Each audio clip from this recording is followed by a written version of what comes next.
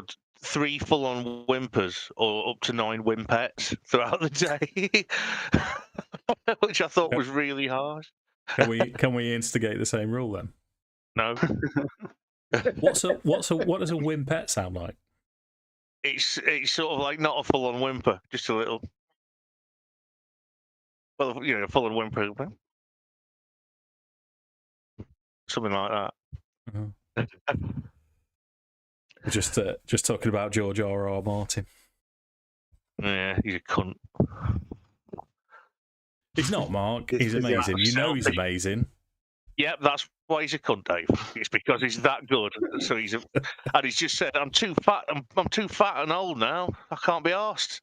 So you know, you've all been waiting 18 years for this book. Well, I'm just not going to do it. So I don't want. I'm really rich, and there's not that I just don't care. Yeah, but if the books weren't so fucking good, I wouldn't care. I think the one that I'm looking forward to most now is A Knight of the Seven Kingdoms, because that comes out later this year, I think. Who's that one by? That's no, so that's like the spin-offs. That's the HBO series of the Dunk and Egg stories. Yeah. So it's gonna have yeah. So I imagine the first series is gonna cover like the first short story. Should have a sister called Dippy.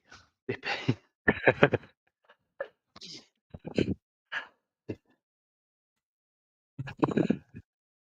Dunk and Egg. Are we waiting for? Oh, sorry. Go on. I was just going to say, like, the Dunk and Egg stories are class. The 3 books are really, really good. I haven't read any of them. It's a good light read. Yeah. But like the audio books read by Harry Lloyd, the guy that plays Viserys in the first in Game of Thrones. Yeah. Yeah. There's some great audio books free on YouTube, you know. It's really, really good. I mean, I just listened to Arthur Conan Doyle, The Lost World. Absolutely superb. It's superb. It was, you know, really, really exciting all the way through. It's like, this is great. And it was written in 1897. Oh no, that was War of the Worlds, which I'm reading now. Sue's reading 80 Days Around the World to the children at the minute. It's that's pretty good. That audio book's free on YouTube. Yeah. Around the World in 80 Days. Mark put me onto it. Mary Shelley's Frankenstein is incredible. It is incredible. Really good. Really People compare it to Dracula, and it's like, no, Dracula's shit. Dracula's shit and Frankenstein's amazing. Well, there's nothing similar about them. I liked Dracula, but it was a different format to what I was anticipating it to be. Yeah, if that makes sense. Because I expected it to be like a full novel, but told from almost like from Dracula's perspective. But it's obviously because it's a load of like diary entries and letters, and it really wound me up. I kept flicking forward to see when it was going to turn into a real book, and being really disappointed. Yeah. And how most of it, like, I guess, like, I expected most of it to take place in Transylvania, and it's like literally like a short bit at the start and a short bit at the end, and the rest of it's all Whitby. Yeah. Yeah. Have you seen the original Nosferatu? I think it's on Amazon now for free. Amazon Prime from 1920 something. Lots of people have been raving about the new one though. Yeah, the new one's meant to be good. I haven't seen it, but I would strongly recommend before you touch anything to do with it, watch the original. Say it was probably. I think it was the first horror film ever made. Yeah, because I've seen clips of it. It's silent, but the vampire is proper scary, and they've changed his name to Count Orlok. Well, that's the only difference between that and Dracula, and Bram Stoker's widow blatantly sued them. Because there's no difference in the story at all. All they've done is change the character's name. That's it.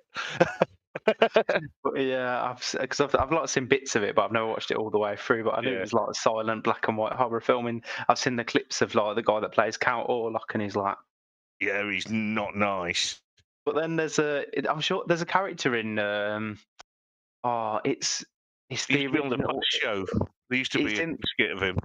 in the What We Do in the Shadows, isn't it? Oh. The first What We Do in the Shadows film. There's basically Nosferatu in it, isn't it? Yeah, yeah. The really old one, who's really ugly and horrible. Whereas I love the TV series with Matt Berry. Yeah. Oh man. Or that one where they go to see the Vampire Council and they're all dancing about like this, and Matt Berry's like, "What's this? This is just stupid. What are you doing?" In New York City. Matt Berry's brilliant in everything. Aside, going back slightly, Dr. Jekyll and Mr. Hyde is different to what you'd expect as well. The original story to what you'd expect. That's all written through the perspective of somebody else. Really? I finished all the James Bonds recently, audiobook, and I see there is one that's completely different from the film. The Spy Who Loved Me is written entirely from the Bond girl's perspective, and Bond's not even in it for the first third of the book. Fans of the series absolutely hated it, but I quite liked it. And it's credited. She's credited as being the most realistic woman character that he ever managed to portray. But yeah, I enjoyed all of them. To be fair. 2 seconds. Oh. Yeah, there's so much good stuff on YouTube. Yeah, Dave, I looked. My MP3 player is now broken. It only plays the first 3 seconds of any and skips to the next track. So I need to get a new one. Yeah. Yeah, I'm destined to listen to it at some point in my life.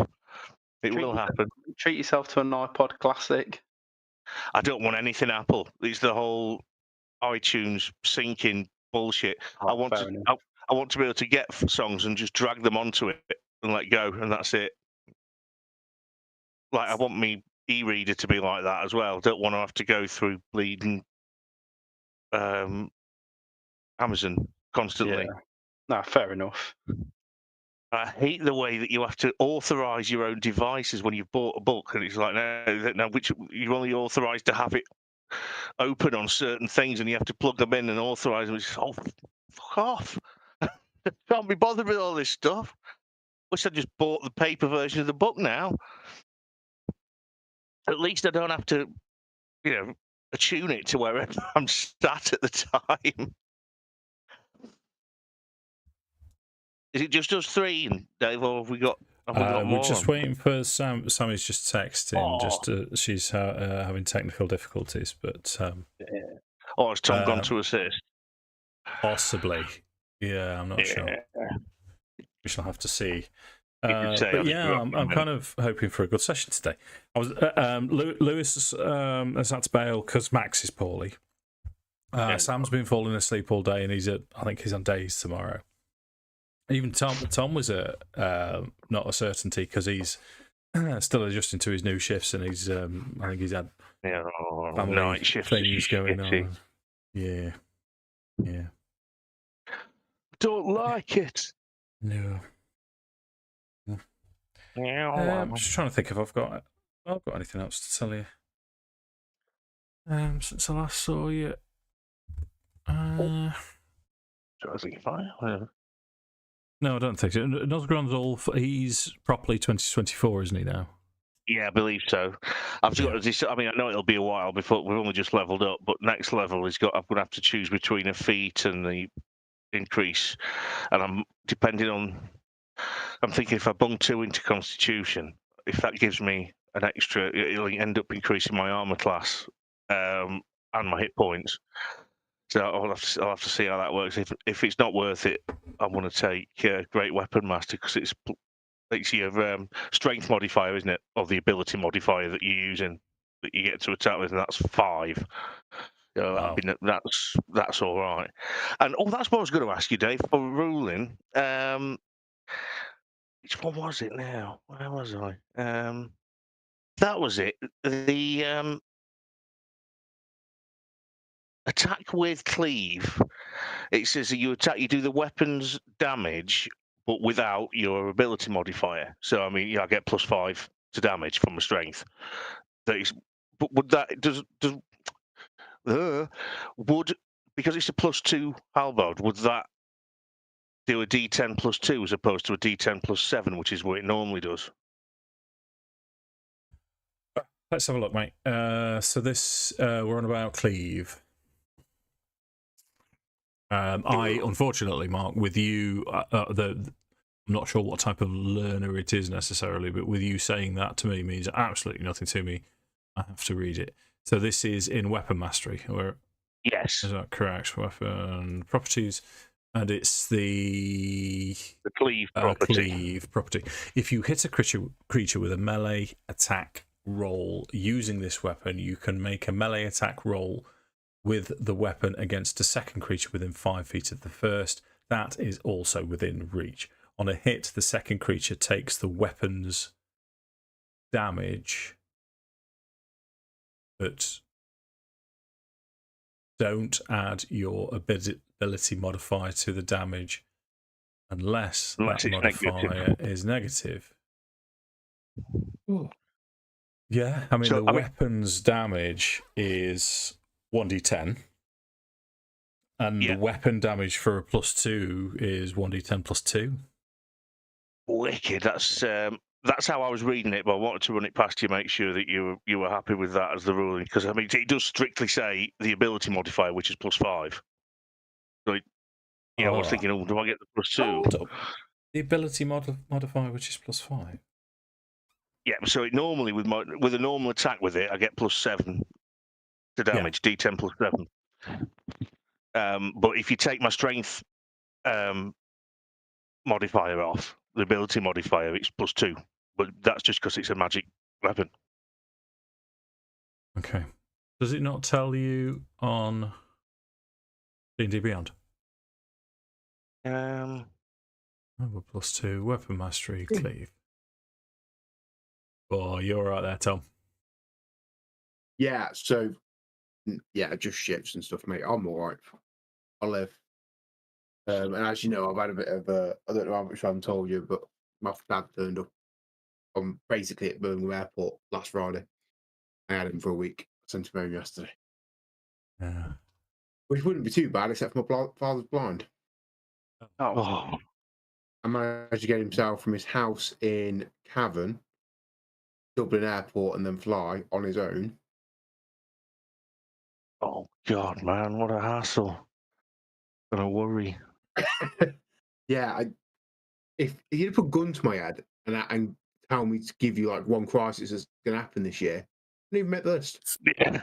I'd taken the bullet to the head because I couldn't have guessed it.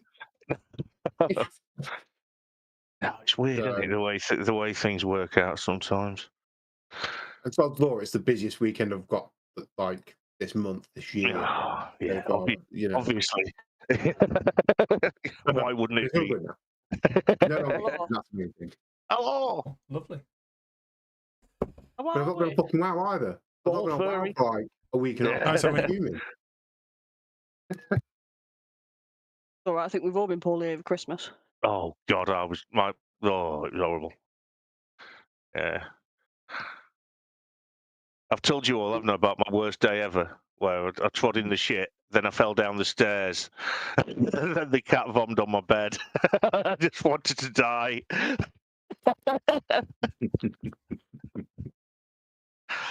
Oh, it was horrible. I'm so ill. I'm so ill. All I want to do is crawl into bed, and my foot's covered in shit, and the cat's vommed all over me duvet. I don't believe it. I slept in the shower. I went and flushed my foot down the toilet until it was clean enough to dare put it anywhere else. Oh, it was horrible. I wouldn't wish that. Oh, all the time I've actually still got a tiny sore spot where my head hit the bottom. Ooh. And it was weird because I saw a Spectrum loading screen for a couple of seconds after I hit my head with the waggly lines across. It's like, whoa, that was a little bit close for comfort. I was all right after that. I think an interesting question for you, actually, Jake. Would you have taken him to A&E? Because I think I would. if you'd have mentioned spectrum lines after damaging your head, it's like, yeah, okay, I'll see if the doctor wants to CT scan you for that, Mark. It was only for a second and a half or something. It wasn't, for a long time. I know you weren't sick. You did say, but yeah. I can't remember what happened though. You wouldn't have wanted to take me in when my feet was covered in shit. Don't worry, I'm sure we've done worse. Oh, I did feel slightly woeful after that. It was just like, I'm not the happiest I've ever been. Let me go back to bed. Yeah, in the end, I just had to, because I'd got no clean duvet. I'd only just changed it because it was drenched in sweat. So I got no clean clothes. I just sponged the cat sick off. I thought I was going to have to do and crawl back in. Yeah, I'd already had a really stressful day. My cat does it all the time, but like all her food looks exactly the same coming back up as it does going down. And it smells the same as well. It's rancid. The thing is, she gets herself so like worked up before she has a dinner. She's like, I'm really excited, I'm really hungry, like I want it. Goes and has a bloody dinner. Then she gets excited afterwards and then barfs it all up. And I'm like, twat. Yeah. Is that a dog or a cat? A cat. Yeah. Yeah, we have. And then 20 minutes later, will come and meow at me because she's hungry again. I'm like, fucking eat it. You can back off. So if it's a dog, it's all right because they'll just eat it again. Yeah. Two of our dogs are on slow feed bowls for that exact reason. And I'm sure it pisses one of them off. I'm sure Tom eats it, but I'm also you can't keep vomiting his fucking dinner up. So that dog had nicked a massive block of cheese. She tried to swallow. She managed to chew it into about. Obviously, we were trying to get it back off her before too much damage was done. It was a mass of cheese. She'd managed to bite it into three and swallow these three massive bits, and then just spewed big, massive chunks of cheese everywhere. Just like you fucking wanker, just to make sure that we can't eat any of it. It's all ruined, every single bit. Bastard. Enjoy your cheese. I'm congratulating myself for passing several Constitution saving throws. I was trying to eat an out-of-date mince pie while you were telling all of those stories, and I managed it. I'm sure you've discussed worse mid-meal, Dave. Yeah, true. One of our dogs has been poorly recently, and when he's poorly, he is poorly because he's never sick. So he projectile vomits everywhere. Oh, that's nice. Just to add a little bit of extra fun and games to it, projectile. It's the only kind of vomiting he does, isn't it, Lauren? He's not really sick any other way. He's always projectile. Tattoos. The others are all right, but it's always projectile. I can remember a bull terrier projectile vomiting a single potato wedge. It was hilarious. It had just my mum was taking him out of the oven, and one fell off, and it must have been ludicrously hot. The dog just went for it, swallowed it without chewing it. It was obviously really upsetting it. They just did this. Just the one potato wedge went for miles. It was really comedy. But he'd eat sponges and carrier bags and everything. If an absolute nipple. Absolute nipple. If you dropped something on the floor, he assumed he could eat it. It could be literally anything. A tea towel, anything. Not too long after we'd had Tom, I was sat eating a bag of the chili Doritos. Yeah. And I love that. He wanted one. Like he was trying to take the bag off me. So I was like, all right, you can have one. But you ain't gonna like it. He stood there for about a minute hacking it like it was vile to listen to. I'll come back for another one. Absolutely not. I used to get called mean because I used to think it was hilarious to give the dog toffee. To be chewing it for about an hour. So that's cruel. That's cruel. So if it's cruel, why does he always come back and ask for another one when he's finished it? 'Cause he does. Is it cruel, or does it just keep him amused for an hour? Well, I mean, as soon as the dog had finally got rid of it, it immediately came over for another one. So it's just like, well, you must be enjoying yourself in some way.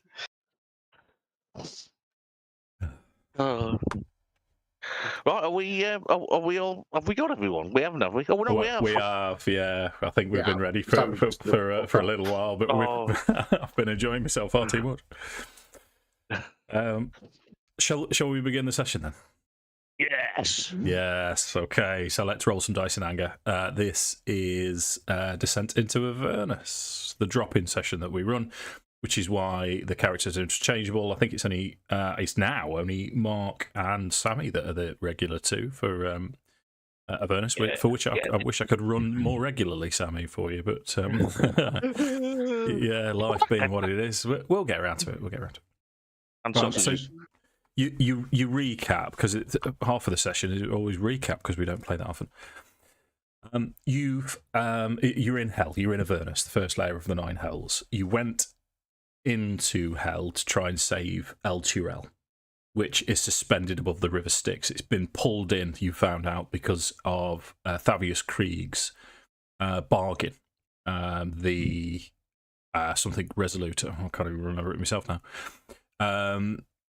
So all of the souls, if Avernus touches, if El-Turel touches the deck of Avernus, all of the souls are forfeit, and they will rise again as devils in the Blood War, as minions of Zariel. So you've got to a point where you've descended into El-Turel with a holy fant, Lulu. Go on, Mark. I'll allow you one. Oh, no. Thank you, Mark. You rescued Alder Ravengard, who was the leader of the Flaming Fist, and also, I don't know if you knew this, you know Will from Baldur's Gate 3? Alder Ravengard's his dad. If you didn't know that. All right. Yeah. Yes, I did know that. Yeah, well done, Sammy.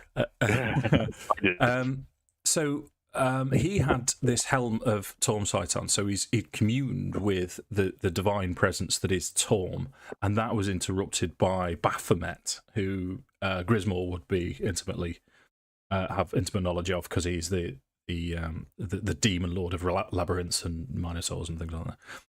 So in this vision, Torm sent to Alder Ravengard, he saw Lulu.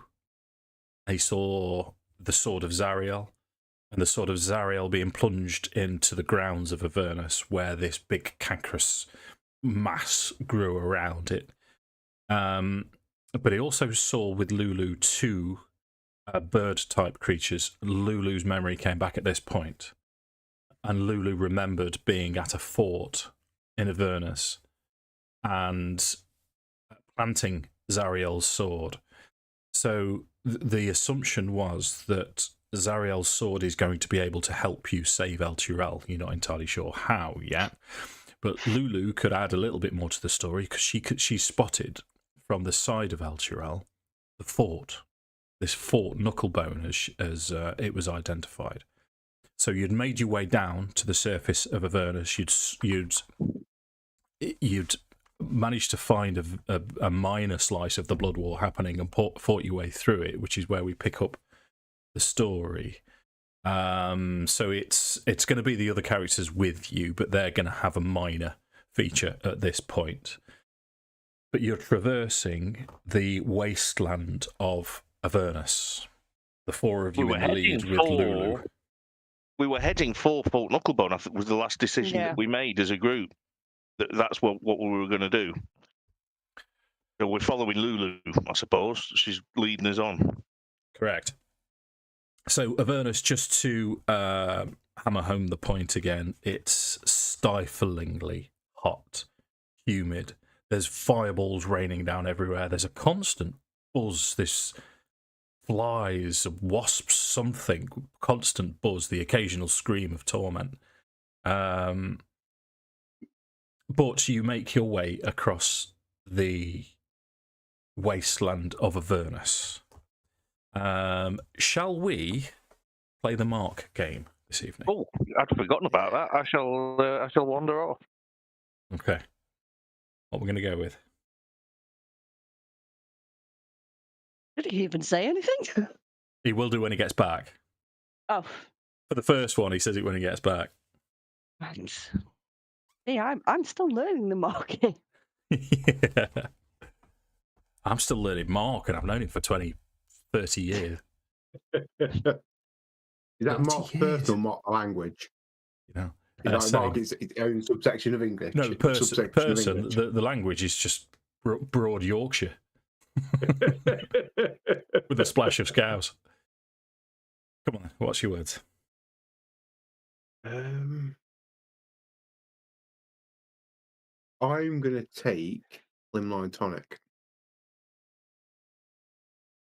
He used it yes last time on Dragonlance, and it just blew my mind. So okay, I can't remember what he was doing.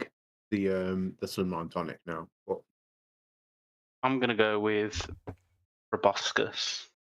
Nice. I was just going to go Vomiting Spectral. Oh, I've put 2 T's in vomiting. Check me out. Good God. Vomiting Spectral. Okay. So mate, it's 9 o'clock on a Sunday. No one's checking your spelling. Fair dues. Oh, speaking of which, have we got a cut-off point for tonight? Are we just sort of go until 10:30, 11ish until we're tired? Probably about 10:30, just so I've got work tomorrow. But... Oh, okay, dude. No worries. Okay. No worries. So, struggling across the wasteland of Avernus, it is hard going. I mean, first, I don't think this would include any of you guys, but anyone in sort of heavy armor is really struggling. You guys are all relatively limber, but you feel everything that you carry in, and all weight feels doubled. So how I'm going to start the session is with a series of Constitution saving throws as you struggle the 10 miles towards Fort Knucklebone. Now, 10 miles for a practicing adventuring party would probably only take you... What are we talking? Well, I could walk 20 miles, I can walk 5 hours, 5 miles in about an hour and a half, 2 hours. So yeah. Talking probably geared up. You're looking at 5 or 6, aren't you? Yeah. Plus, especially as it is Avernus, so we'll go on the nicer side. We'll say 5, and we're going to have a set of Constitution saving throws, Mark, on the way to Fort Knucklebone as the wasteland of Avernus affects you. So if you can all make your Constitution saving throws. So first one. Oh, Dave, can I just to interject? Can you roll a D8 for me just to count for my hit points? I got a 7 on my roll. Oh, okay. Oh, nice one, dude. Oh, I haven't done that. Roll an 8.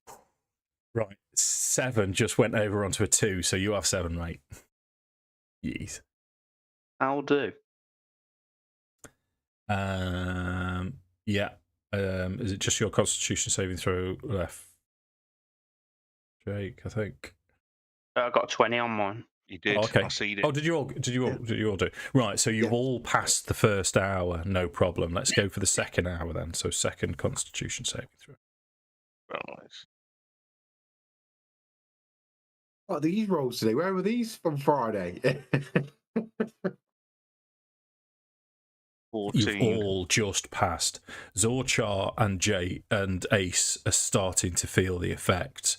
You're draining your water now. You're going through it a little bit fast, and you have to stop yourself from you've got a ration now. You don't know where your next source of clean water's coming from. So let's have third Constitution saving throw. Oh, that's a fail, I suspect. Ditto. Had we had a rest before this session, or were we No, you were just you were just at the end of a fight with devils on the grounds. So everyone other than Grismore has 1 level of exhaustion. D&D Beyond should cope with that for you. I believe first level of exhaustion gives you.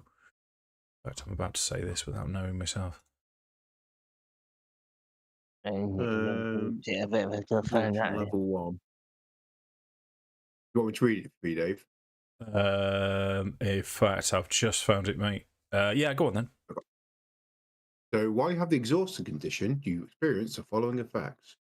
Exhaustion levels. This condition is cumulative. Each time you receive it, you gain 1 exhaustion level. You die if your exhaustion level is 6. D20 tests affected. When you make a D20 test, the roll is reduced by 2 times your exhaustion level. So you're minusing 2 to all your rolls. Your speed is reduced by a number of feet equal to 5 times your exhaustion level, so it's 5 feet per level. And the only way to remove them is by finishing a long rest removes 1 of your exhaustion levels. When your exhaustion level reaches 0, the condition ends. If the new version feels a bit nicer than what Legacy is. Yeah. The old one was brutal. And in theory, D&D Beyond automatically does that for all your rolls. It does. Too. Yeah, does it? Okay. That's what I'm asking. Well, let's find out. Let's go for the 4th Constitution saving throw. So yours was at a +2, Sammy. So yours should be 0 now. No, I failed again with a 12. Mine would be 17. Flat roll. So it hasn't done it. +2. No. It doesn't look like it. No, I think you have to do it manually. Okay, righto. Okay. Yeah. So exhaustion level 2. I mean, it was a natural 20. I'll take it. Definitely. Yeah, so unfortunately, Mark, you're on 2 levels of exhaustion. Yeah. Everyone else has passed that time. So I get -4 to everything. You are. So let's go for the last Constitution saving throw. Avernus is horrible, mate. You're trudging through. There we go, level 3. Yeah. Yeah. That's -6 to everything. Yeah, I'm on level 1 now as well. Yeah. But to be fair, 4 out of 5 ain't bad, is it? To be honest. No. So 8. Yeah. Yeah, you failed as well, Sam. So level 2. Yeah. We're never ever going to get rid of them either because we can't have long rest in the sort of atmosphere. I'll find somewhere.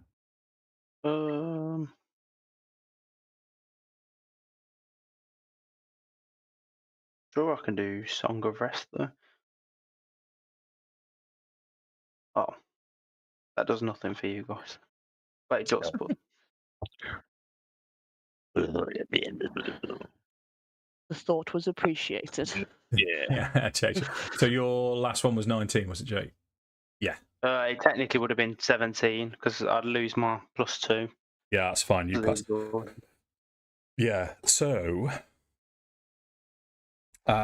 in front of you, a fortified compound. Excuse me, more tea, Vicar. A fortified compound. Thank you, Mark. A fortified compound sits atop a low plateau that rises out of a crater-pocked landscape. At the centre of the compound is a hill of rust-coloured stone that resembles a hand clawing out of the ground, with gaps between the fingers. A jagged wall made of rock, bones and metal debris surround this hand-shaped hill. Other highlights visible from this distance include a gatehouse atop which stands a half-dozen small figures on watch. So let me, if I can, give you this image. You arrive. It's going to take a while for it to load, so I'm going to continue until you get the image itself. You don't need me to tell you that you're exhausted, absolutely exhausted, after what only appears to be a short journey across the landscape of Avernus. As you arrive here, you can hear now in the distance above this constant buzzing noise, you can hear what sounds like an argument in sort of a high-pitched, squeaking type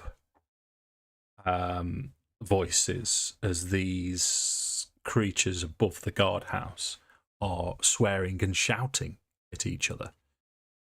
But they, because of your condition, well, in fact, I'm going to ask the question. They've not seen you approach yet. How would you want to approach this guardhouse? Probably quietly. From where we are, would I be able to make a attempt, should I say, a passive investigation? Well, yeah, passive investigation's all around anyway. But if you wanted to get closer, what I'd probably ask for, Sammy, is a stealth check, and then you could make an investigation roll or a perception check as you get closer, if you wish. I mean, assuming we're going to go stealthily. I mean, Ace is willing to go stealthily if that's kind of what everybody else wants to do. I am not very good at being stealthy. He's quite happy to introduce himself. I think, to be fair, the likelihood of us actually passing, like, we're all hot, we're all bothered, you know, we probably not going to work out. That we're probably not going to bother trying it, are we? Because we're like, look, this isn't working. Let's just go into him in the face. Let's get this done. Yeah, we need to get out of the sun. As simple as that. Hit them in the face. Yeah, the little figures. What do they look like? You'd have to get a little bit closer, which would probably take you into. What I was trying to. Yeah. Well, I'll tell you what. One of the others would suggest send the rogue in just to have a quick recce, just to see. So just have a quick stealth check, Sammy. Apply your negatives if you would. And Grizz will stand there just wringing his fur out. He's like sweat-drenched fur. Nice. Nice. What does damp Grismore smell like? Not great. Not great at all. Probably like feet. So 16. 16. Okay, yeah. You get close enough to see these little creatures. They're only sort of gnomish type creatures, so perhaps 4 feet tall. Most of them have these red caps on that seem to be dripping something. Some of them have caps dripped in ichor. All of them just seem to be falling out with each other, occasionally slapping each other, arguing and swearing at each other is the best way I can explain it. Do you wish to make an Arcana check, Sammy? I can try.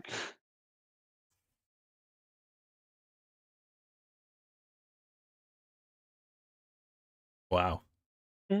So take 4 off that. Yeah, no, that's fine. That's more than enough for me to tell you that you would identify these as Fey creatures. These are creatures from the Fey realm. They're not indigenous to Avernus, and they are red caps and mad caps. So they're little Fey creatures that dip their caps in the blood of their enemies. The mad caps dip the blood in demon ichor, which is the difference between the two. But they are decidedly wicked creatures. So if you wish, you could withdraw back. But the other thing that you've identified from this distance is this: they seem to be on the gatehouse above the only entrance into Fort Knucklebone.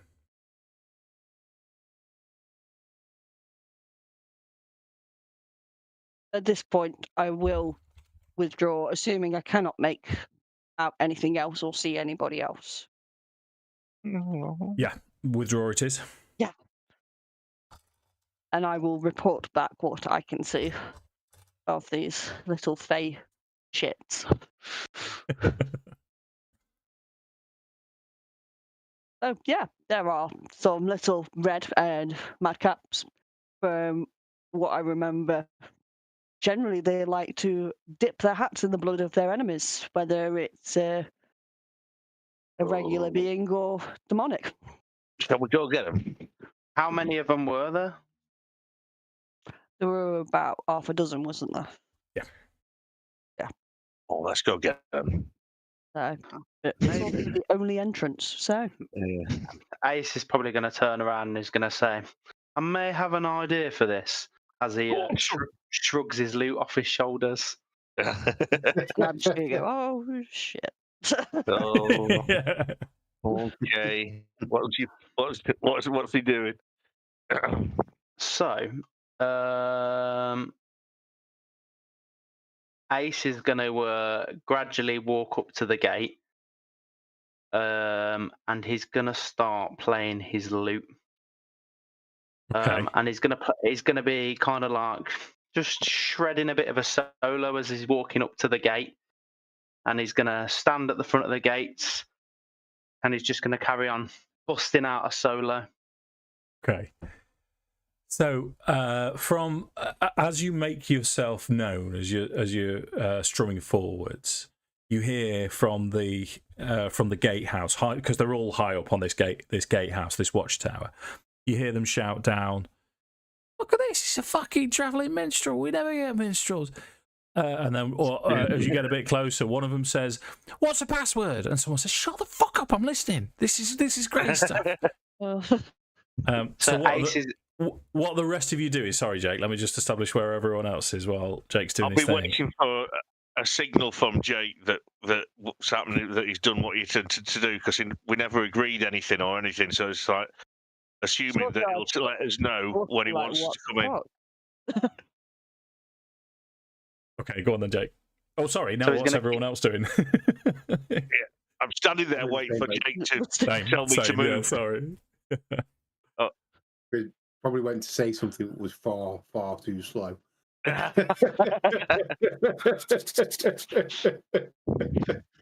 He loves it though. But he's probably still saying it as mumbling along. Okay, you're doing the same, Sammy. Yeah, I'm just standing in disbelief, looking, going, "What's he doing now?" Okay, go on then, Jake. So Ace is going to keep shredding his solo. He's getting really into it. He's now like shaking his head around, like giving it the big un. And he's going to do so for at least a minute. Okay. And I need 5 of the red caps or mad caps to roll me some wisdom saving throws. Let's hope these mushrooms aren't wise.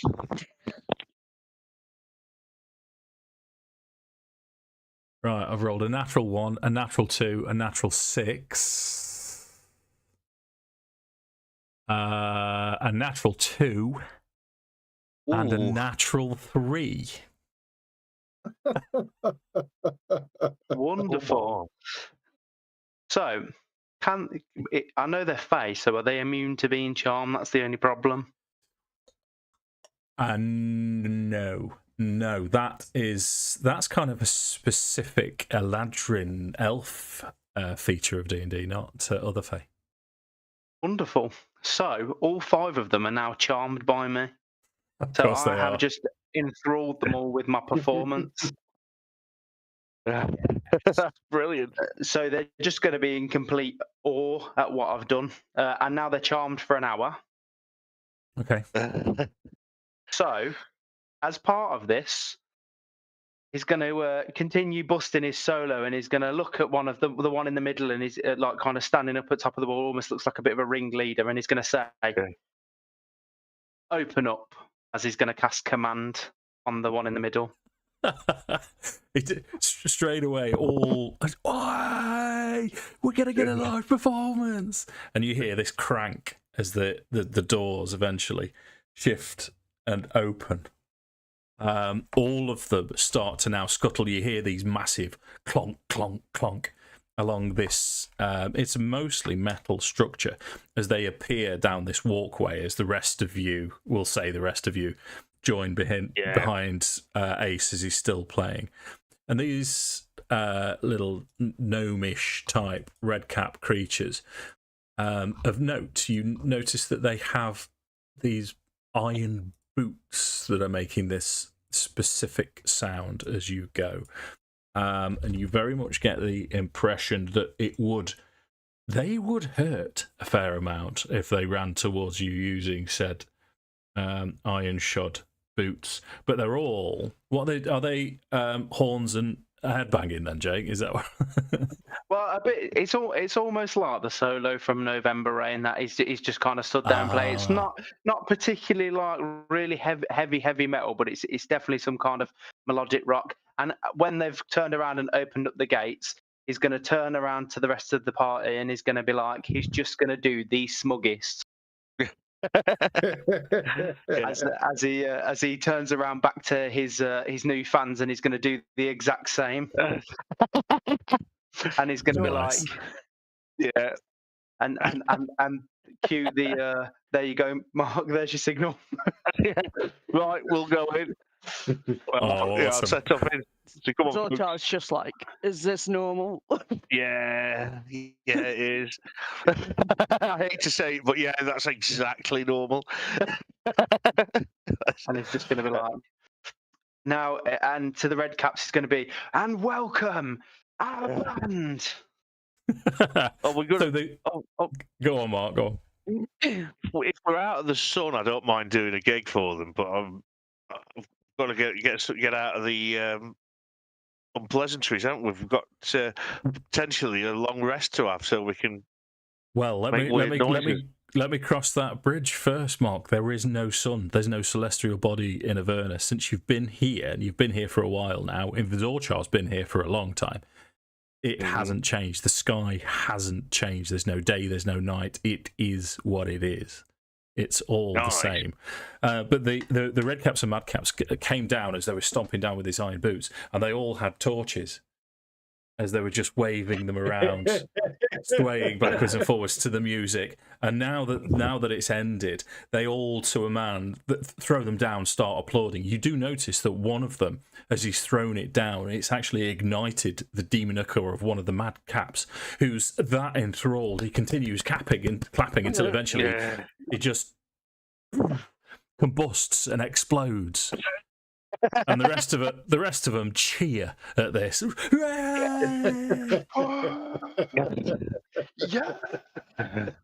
You can clearly tell that they don't care.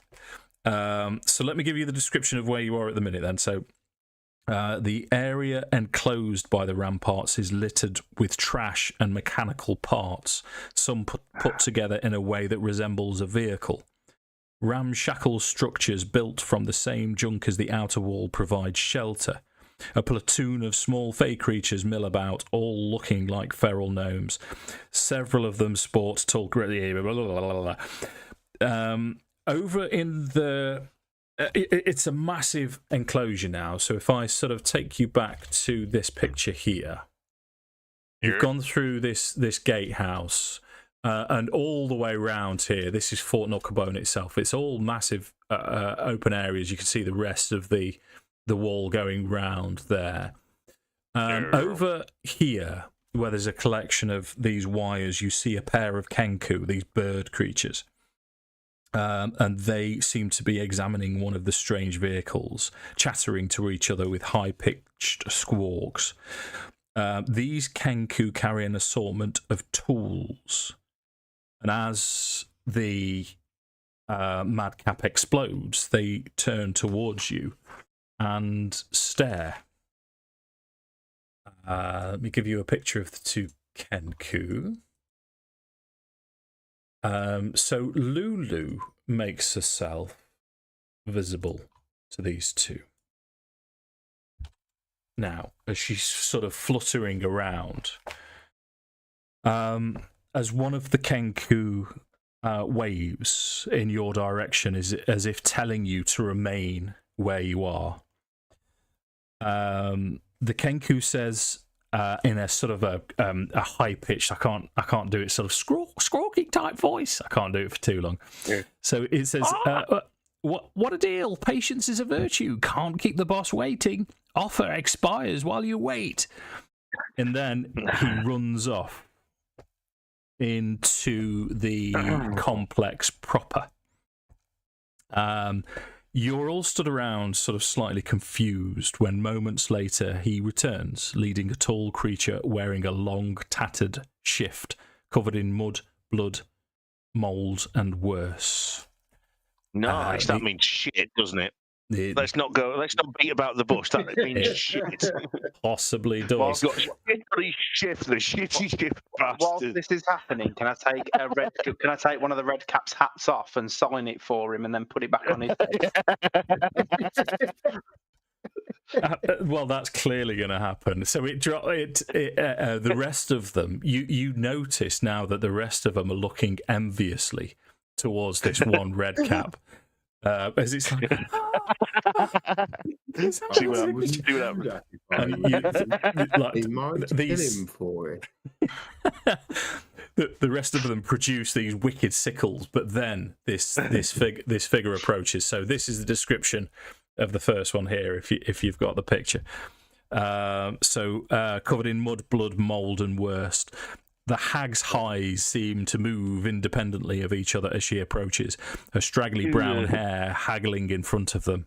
Resting on each shoulder are red-eyed ravens that scrutinise your group. Behind her, a hulking creature built of desperate, fiendish parts trudges, moaning and hopping. God. As this hag, she's wiping her hands with what looks like a grease-soaked rag.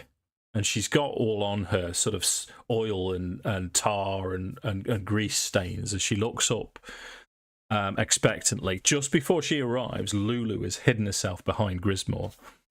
And she'll say, well, fuck me, it's a bunch of fucking mortals. What are you cunts doing here? We're just chilling out, actually. Yeah. Is what I'll say in that accent for no good reason. It's a strange place to be chilling out in fucking hell. You must have some stones on you lot. Certainly do. You want to have a look? Left bollock. Just say, well, it's been a while, big fella, but I can honestly say I'll entertain it if you're willing. I'm willing. I'll look scared and sheepishly, very slowly start to shuffle it backwards. Yeah, all bark, no bite now on. What about the rest of you? What are you doing here? Well, make an inside check. Yeah, to be honest. Yeah, sure.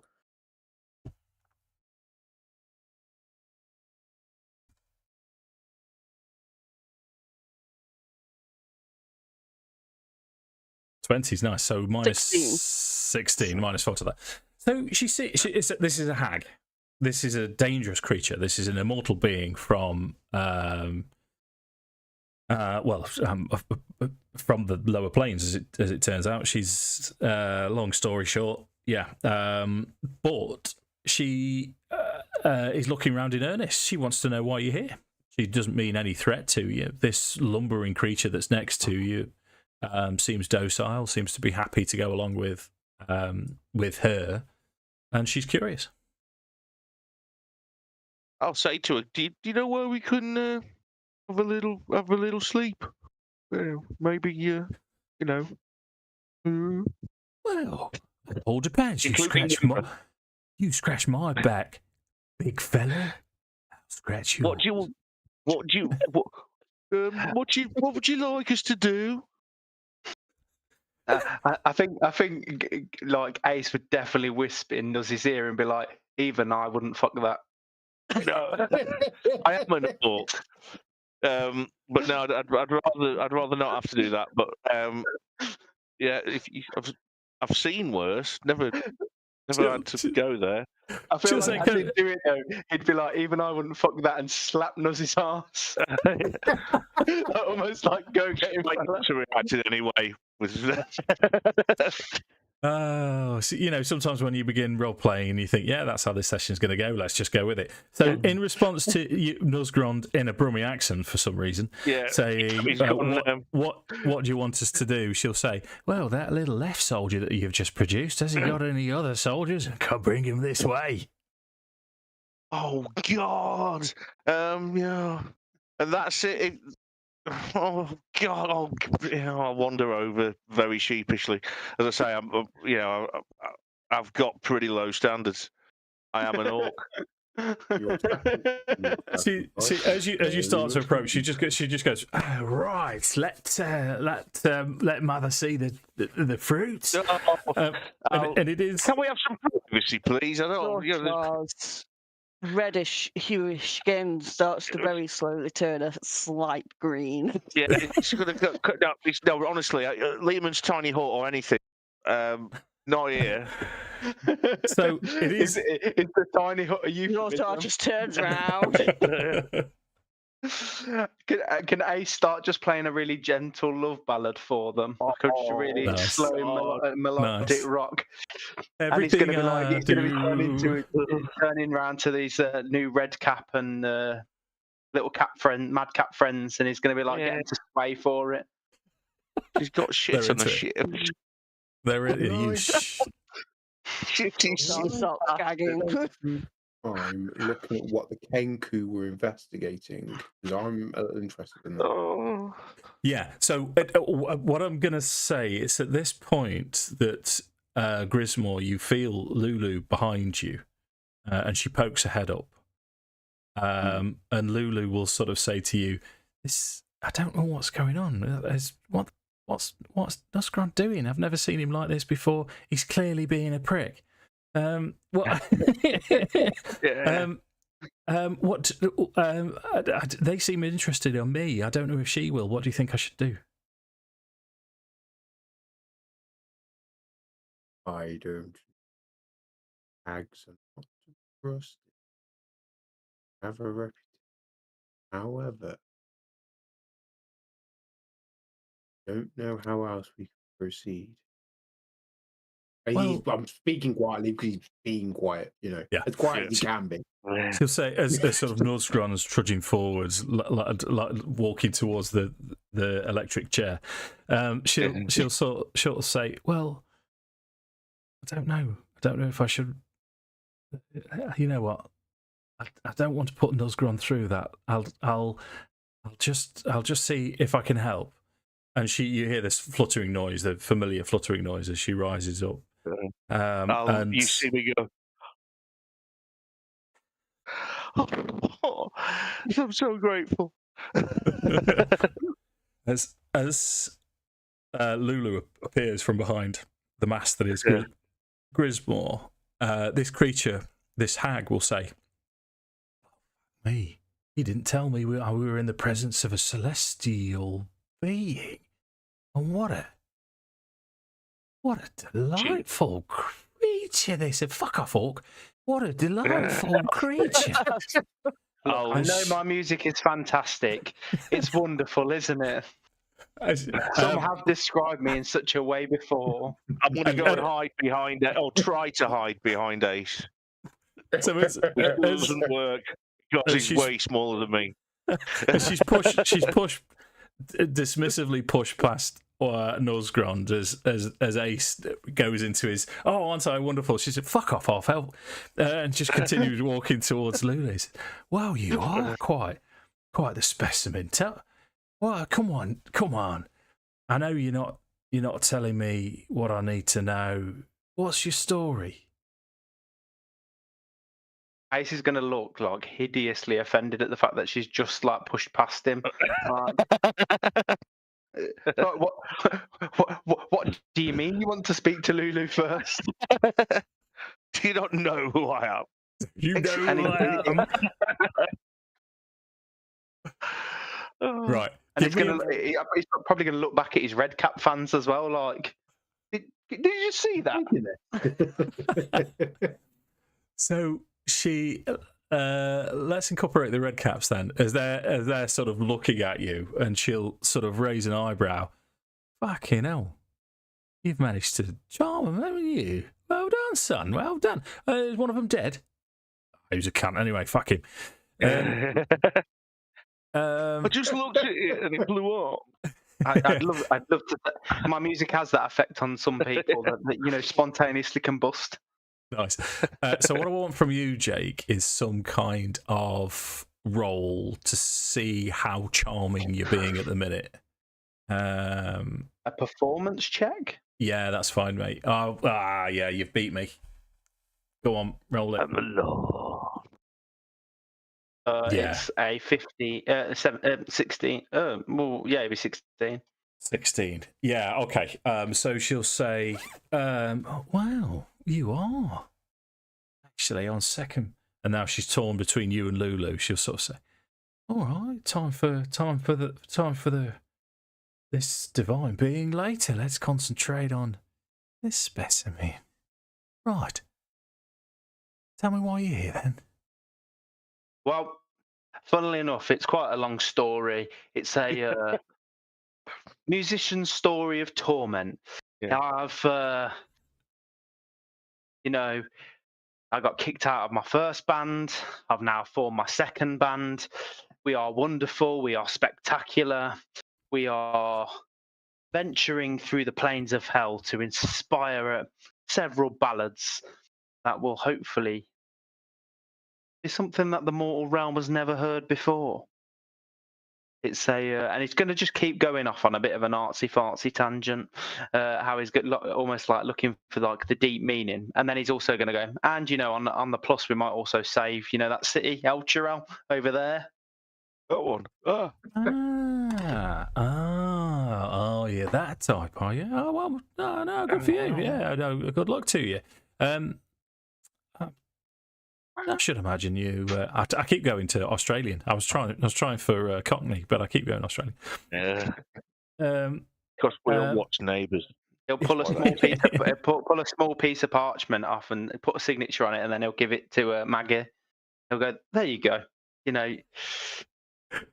So she will at this point introduce herself as Mad Maggie, and she said, "Well, I'll tell you what. Then you hang around. You hang around and tell me the story of that delicious divine being, while Mickey here," and she points to the golem, "goes to get us a few refreshments." How does that sound? That's good. Is there any chance that those mechanical bits could be assembled into some sort of vehicle that we could ride in? Well, that's what we do here. This is. Have you not seen my beauties in operation? Well, you know what? Yeah. I have got a proficiency in land vehicles. Oh, yeah, that might come in handy, Mark. I assure you, our Nuzgron does want to see your beauties in action, if you catch my drift. Well, time for that. Time for that later. I tell you what, and she'll say, let me make the introductions all around. And you can see now there are various other creatures. There's quite a few of these redcaps and madcaps running around. She'll point towards the two Kenku and she'll say, that's Chucker, that's Clonk, they're my two main mechanics. Priceless they are. Mickey, you've just met. These two on my shoulders, and she points down to these ravens on her shoulders, which detach themselves and they morph briefly into imps, into devilish creatures before they turn back into ravens. That's pins, that's needles, or is that pins and that? Pins and needles. I always forget which way around they are, and she sort of scratches them. There's a disembodied skull with green flame flying around, and she'll say, "That's Barnabas. He's kind of our arcane specialist." And for these little. Oh, yeah. These little cants, they just wander around where they're a good sort, but just be careful of your possessions when they're about. But right, I tell you what, and she'll point towards the main area, and you say, you get yourself situated in there. I'm going to go back to my normal voice because I keep changing accents. You get yourself situated in there. I'll go and she looks at Nuzgrond and winks and says, "Make myself decent." Please make a shift with no shit on it, please.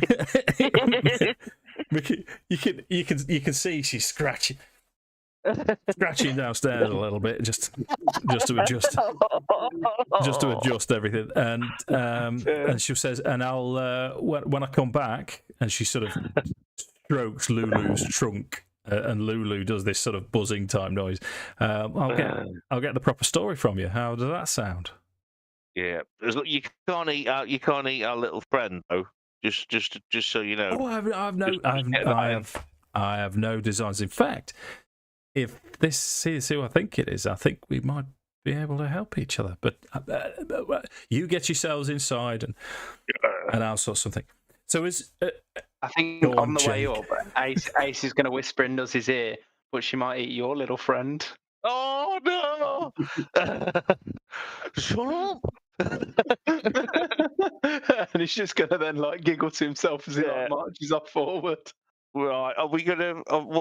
Have we got? Is it a building, so to speak, that she's directing us towards? Yes, it is, and it seems to be the purpose of which is. It looks like what I'm going to say is it looks like a reception area of a mechanic's warehouse, but it's got plenty of cushions and seats. It's light. There's a little bit of shade inside. Well, there's no sun, but there's a bit of a draft in there, and there is a sort of a cauldron of fresh water, or a vat. I'm not saying cauldron because she's a hack, but there's a vat of fresh water as well, so you can refresh yourselves in there if you wish. Refresh the old water skins. Get rid of that old mingy water that wasn't very nice. Get some new sparkly water. Is it actually water? Is it actually water? Yeah, that's a good question. Well, you can have what would it be? What should we go for a roll for that? I don't suppose anyone's got any abilities, have they? That's specific to it. Actually, Grizz is probably the man. Do you want to roll nature? Yeah. Yeah, I can roll nature. You say the only other thing I can think of is survival. Survival would be more useful, actually. But 12 is fine. I've also got survival. I've got survival. Yeah, go on then, Sammy. Chips and peas. It's not chips and peas, Mark. Not in Avernus. Oh no. Oh shit. 12. Okay. 14. So that's the same. Okay. Yeah, 2 more. It appears to be. It's not exactly fresh. It's not cold, but it is water. It is clean water. Okay. So should be decent. As you do settle down, Lulu is buzzing around now, and she'll be buzzing around saying, "What should we do then? Should we tell her the story?" I don't know. Well, we seem to think that Zariel's sword was here. Want to go and consult the custard powder? I shall return.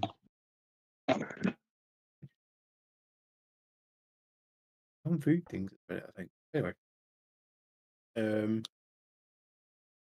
we seem to think that Zariel's sword was here. So if it's not, we need to know where it is. If it's not here, and then potentially we might be able to get some transport out of this lady for payment. I don't know what we're going to pay her.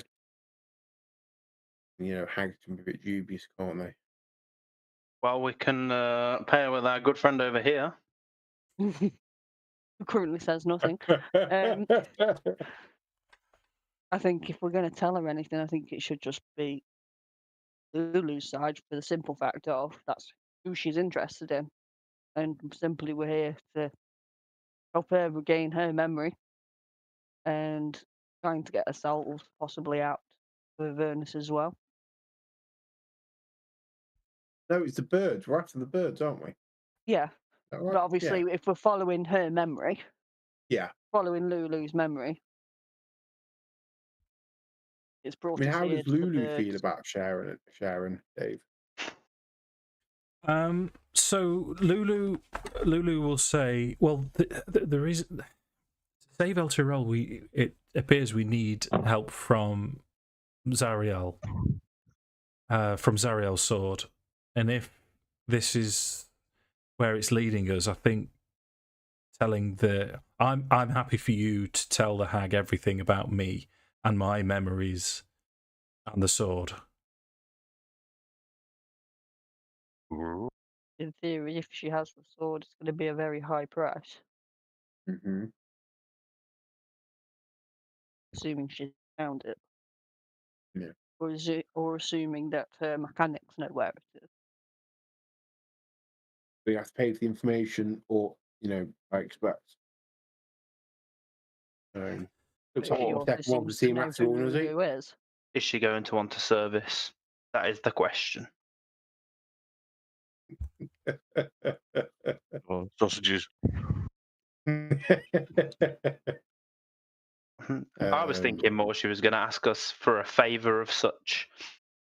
Why don't we offer to play a gig for free and make out that it's a really big deal? On that note, Ace is going to look at Nuzzy like, are you being stupid? It is a big deal. We'll go for it. Tell them that's what we'll do. You are a negotiator. So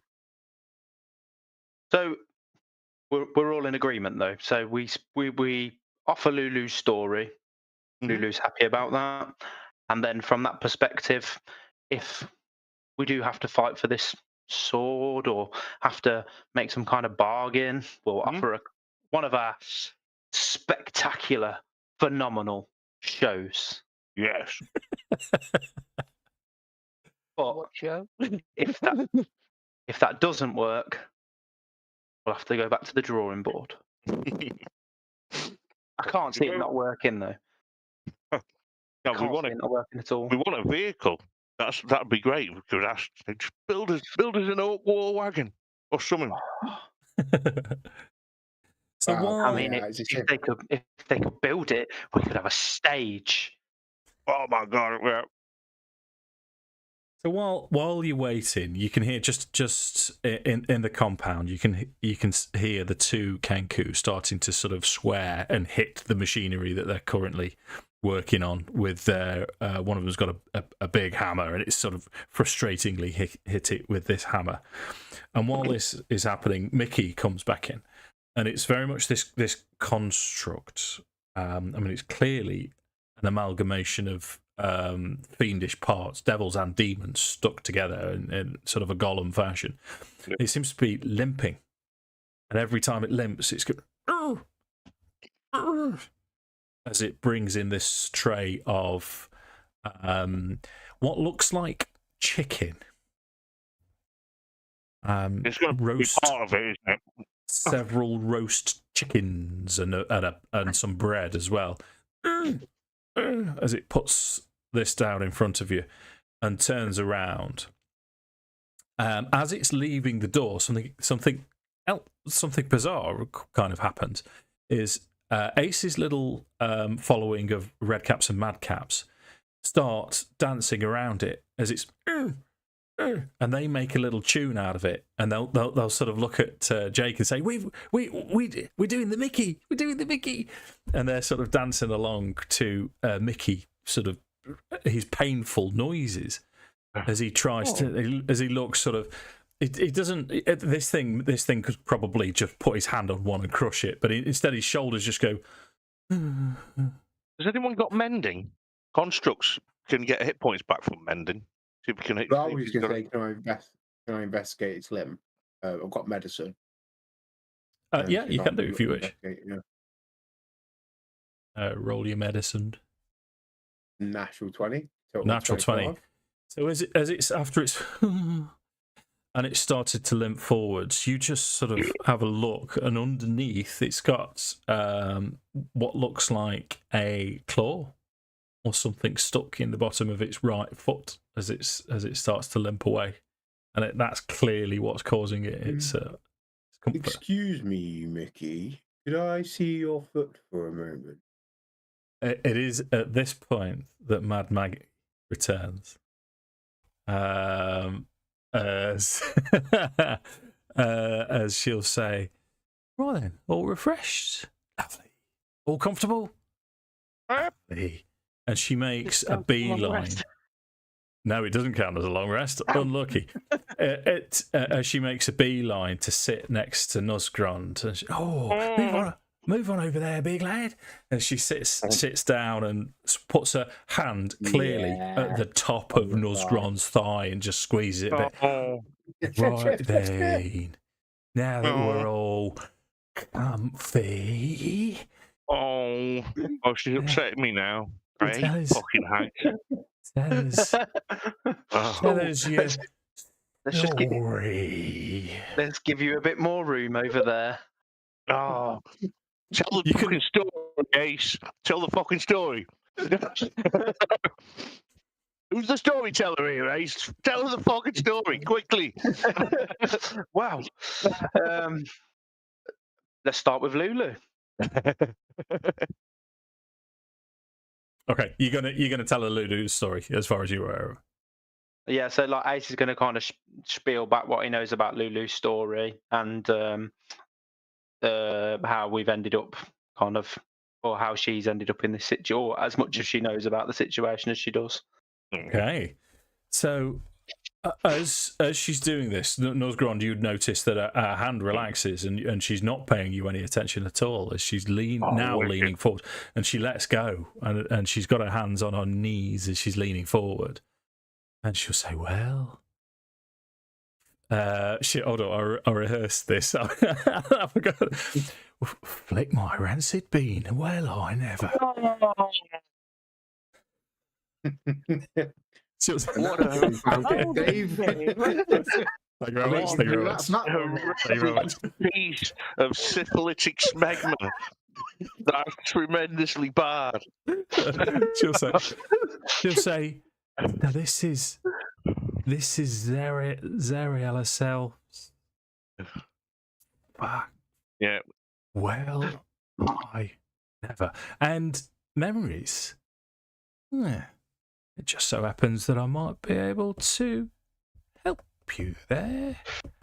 I happen to know a little ritual that would restore these memories. It would take me perhaps 24, perhaps a day or so to gather the materials together to perform this ritual. Wow. On to the back scratching. Oh. Who's she hassling? Wow. The wonderful Maggie. Oh, I've got a spectacular idea. I mean, there's one more thing that we need from you. You know, we might need the Sword of Zariel, but I've got this fantastic idea. We're going to play the best show for you and all of the people that live within your compound. Okay. In return for a war wagon.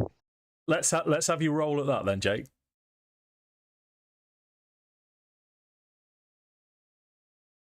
Am I having that as a persuasion? Sure. It's a 22. 22. Nice.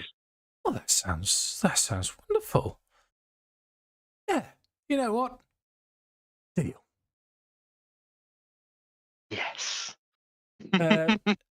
And she'll sort of scratch her head now. If it's all right with you, Mark, she's going to kind of pretend she's going to forget that you're there in the excitement of. I'm very, very happy that she appears to have forgotten who I am. Long may it remain. See, this is what happens when you flirt with me as a dungeon master, Mark. Johnson's aware of it. He's only got away with it once, but yeah. I've learned. I've been bitten, and I'm aware. She will say, "Well, it is going to take me a while to gather these pieces. You're welcome to stay. Listen, it's not much, but you should be comfortable here. The only other thing I'd ask is, as you're walking around, introduce yourself to the gang. They're all a good bunch. Help out here and there if you don't mind. Just where you can." Yeah, we can do that. We can do that. We can do that. That's wonderful. Right. Is it Lulu? I'm going to need your help. she'll say. She's gone Australian again.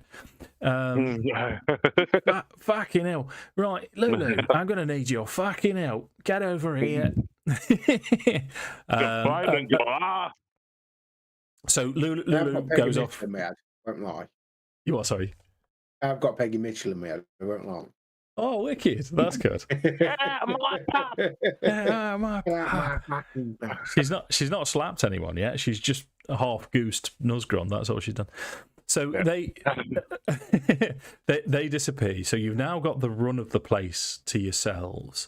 So you're relatively cool and comfortable, so you can click your long rest. I was going to ask, is it possible to stay for 3 days so I can remove all my exhaustion token? What I am going to do is at some point Mickey's going to return with and on this he's brought a new tray with him, and on the tray are these elixirs. And he's going to and offer them to those that were, to all of you. Do you wish to take them? Yes. I'm gonna be a bit thick for a minute and presume it's gonna be fine, and just have a sniff and then drink it. Yeah. Okay. So it instantly restores you and gets rid of your exhaustion levels, and you feel refreshed.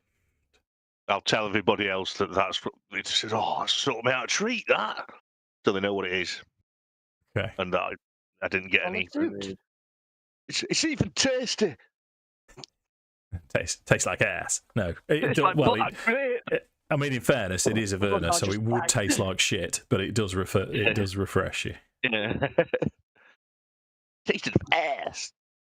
Can I see if I can get Mickey's foot and see if I can't help him out?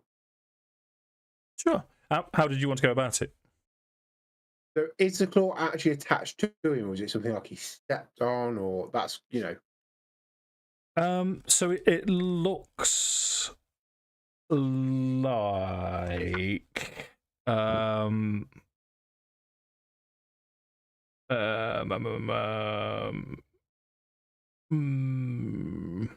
yeah, it's part of a bone devil, a higher caste of devil, and at some point he's stepped on it and it's embedded in there.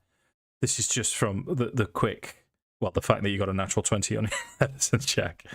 And you're pretty sure if you manage to get him to keep still that it would be a simple process with your natural 20 for you to remove it. Okay, so the question is, how do we keep him still? So I'm going to try and just talk to him and say, I need you to hold very, very still. How does he kind of respond to that? So one of his horns raises as if he's raising his eyebrow. He's a little bit unsure. Roll persuasion. Oh boy. Persuasion. 15. 15 with -1. Okay. So about this time, some more of these red caps come in, and it's the usual ones, the one with the signed cap, and some more of his fellows. Let's have another party. Ace, can you play while we dance the Mickey? And they start pushing and prodding Mickey around. So as he's hobbling around, but so with the persuasion. Go on, Jake. Go on. Oh no! So whilst he's going there on their encouragement, Ace is going to look for almost like the nearest thing that he can drum onto. So he's gonna almost like he's gonna then he's gonna reciprocate the noises. So he's gonna be like dum dum dum dum dum dum, and like he's gonna get all the red caps going. Nice. Okay, so we can take it out without pissing them off because they've still got their tune to dance to. Yeah, and it's still within an hour. And they go from dancing the Mickey to dancing the Ace, as you have now the opportunity to remove, and Mickey spots what you're doing, turns round and offers you his foot. Yeah. Yeah. Yeah, so I want to try and remove it. Yeah. It's a simple process, and straight away from the dejected shoulder drop, you've gone to a contented, and he tests it and puts it down, and you can see as you removed this claw, it healed over almost instantly, and now Mickey starts joining in the dance with pain free as he starts dancing away, swaying to the it's then that the redcaps see what's happened, and they turn around. Some of them go, "Oh, fucking Minotaur's ruined our fun." You. Fucking watching you. On that note, go on.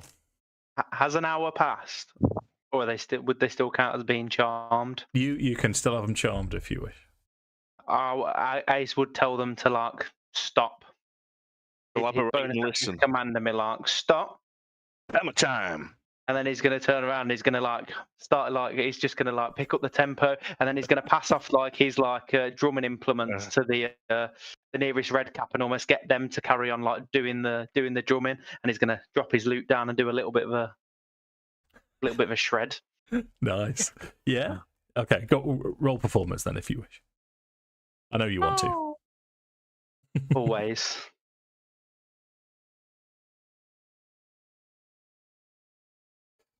It's a 18. And bless my carabiner, I shall return. Again, he's off again. Yeah, so that's they all sort of take the drums now and drum a beat as they make their way out. As Mickey now is walking, and he sort of bows his head as he walks through the threshold in thanks. He'll give him a nod in return. Yeah. Okay. So you've still got the run of everything around you. You've got several hours to kill. In terms of people that you've not really spoken to yet, you haven't spoken to the two Kenku, Chocker and Clonk. You've got Barnabas is still floating around. You notice that as he's floating around, you catch. It's all the redcaps. They seem to be throwing things as Barnabas is dodging out of the way. Barnabas has this strange way of speaking where he speaks with a little bit of a whistle to his voice. Well, I can't do. What's the fella from Family Guy, the old man? Jake can do it. Hey, Chris, coming down my basement. Get some popsicles. That's nice. All I want to do is sniff his hat. Now I want more.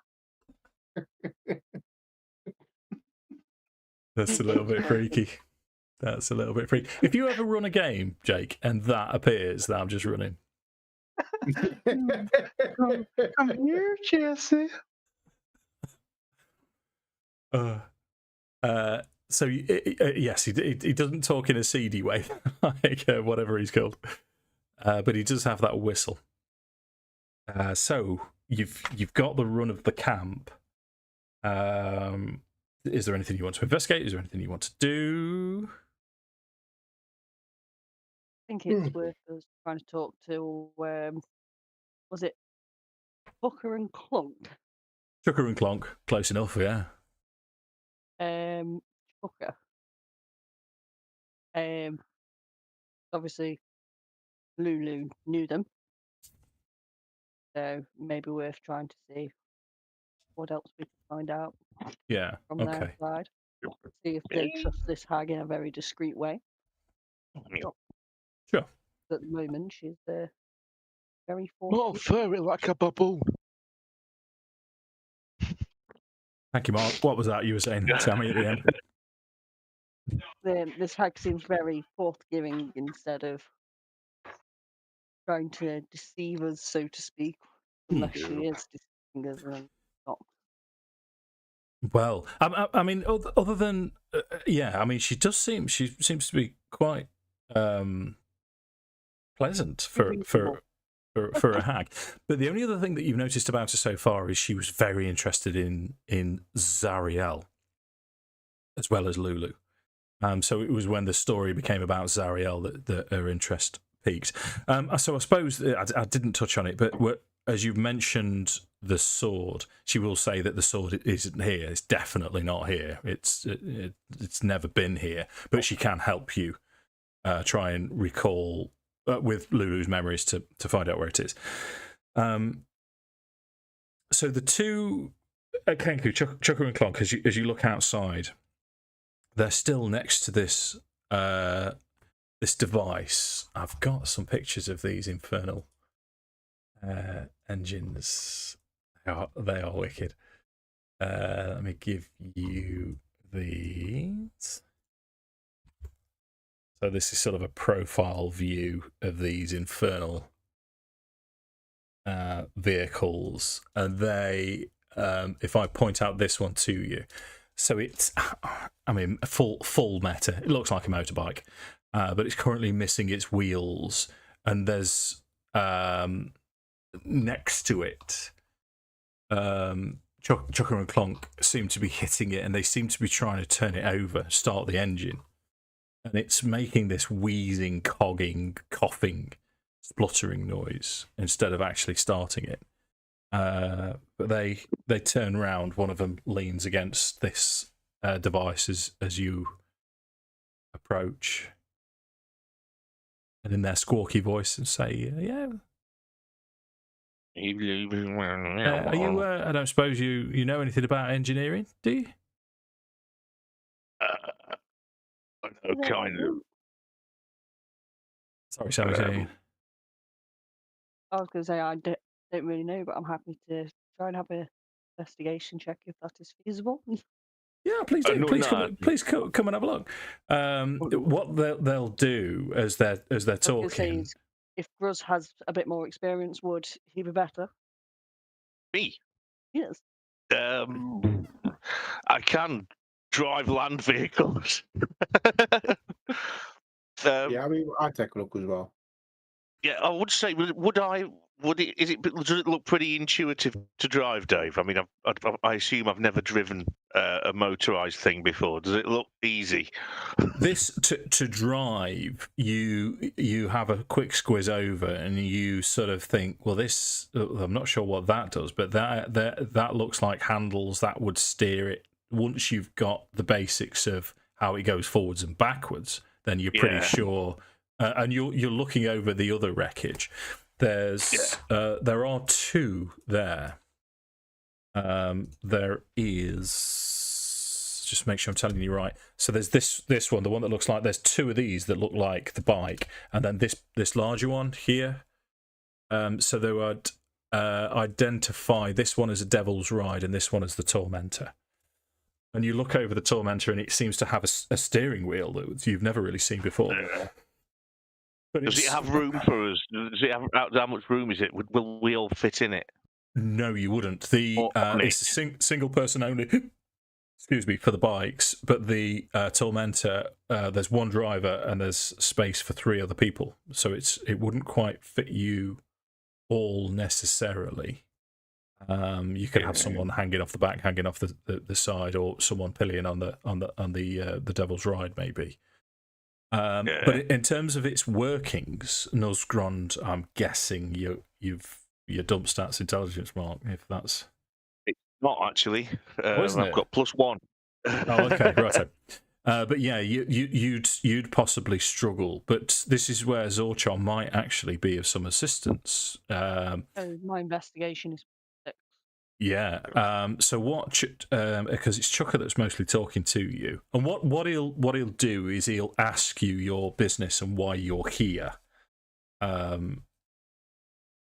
As he's talking you through the machinery itself. I'll say we're actually here because I believe we have a friend of yours from past, and trying to get back her memories and say Lulu's name. Yeah. Chucker will say, yeah, we have met before. We did meet her. She was on the banks of the River Styx. She had no memory, and we knew she was valuable. This being hell, we sold her. We sold her to a traveling merchant. But other than that, I can't really tell you much about her. That's a shame. But yeah, let's have a look at this bike. So make your investigation roll then. So as he's telling you through, this does that, this does the other, this links to that, which makes that fire. Oh no. Yeah. So he's you're sort of scratching your head, and the basics of what he's telling you are that alien to you that you're struggling to concentrate on what he's telling you and reason why it's not working at the same time. So Grismore's there as well. If you wanted to make looking over his shoulder, staying quiet because he does tend to slow a conversation down. And he knows it, so he's just keeping his mouth shut. So it could. Because it could be Arcana as well if you'd wish that. Oh, yeah. Well, keep the same roll though, and just add another +3 to that, make it 15. Keep the same roll. Okay. Yeah. Spot on.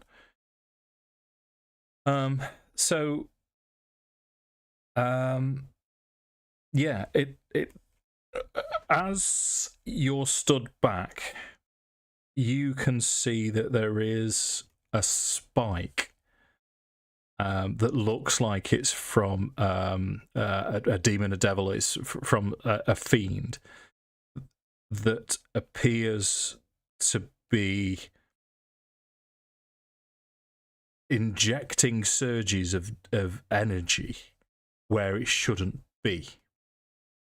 And that part needs to stay where it is, but you need to lose this demonic energy. Do I have any idea how I'll go about that?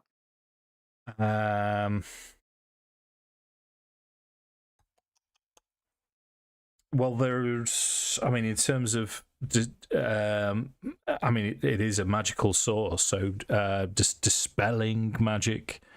Is there anything else that you could think of in terms of? Let's have a look. I've got this spell magic. The only other one I wondered was if it's like evil energy, protection from evil and good. Might the other one? Yeah. You're pretty sure that would work as well. But this spell magic would make it permanent, I suppose, is the difference. So, not necessarily. No. Yeah, I suppose it could regenerate over time. Is it worth in the birds, because the birds would, assuming they know how to. Well, both of them would be unsure, but you, because you've asked the question, Tom, Grismore would be pretty sure that either would work. Okay, so I'll just dispel magic. No, I'll use protection from good and evil because protect magic's a 30-foot sphere, and I don't want to do anything else untoward to the bike. So I'll cast it on the bike, if that makes sense, from the point where the spark is touching. Okay, right. So yeah, as you, you get one of those moments where you infuse this particular part with your spell, with your protection from evil or good, and you turn, if I may, Tom, you turn to Chucker and you say, "Try it now." as Chucker produces what appears to be a coin. And this coin, as he takes it out of the pocket, you can hear this very briefly, this scream as this coin passes into a slot.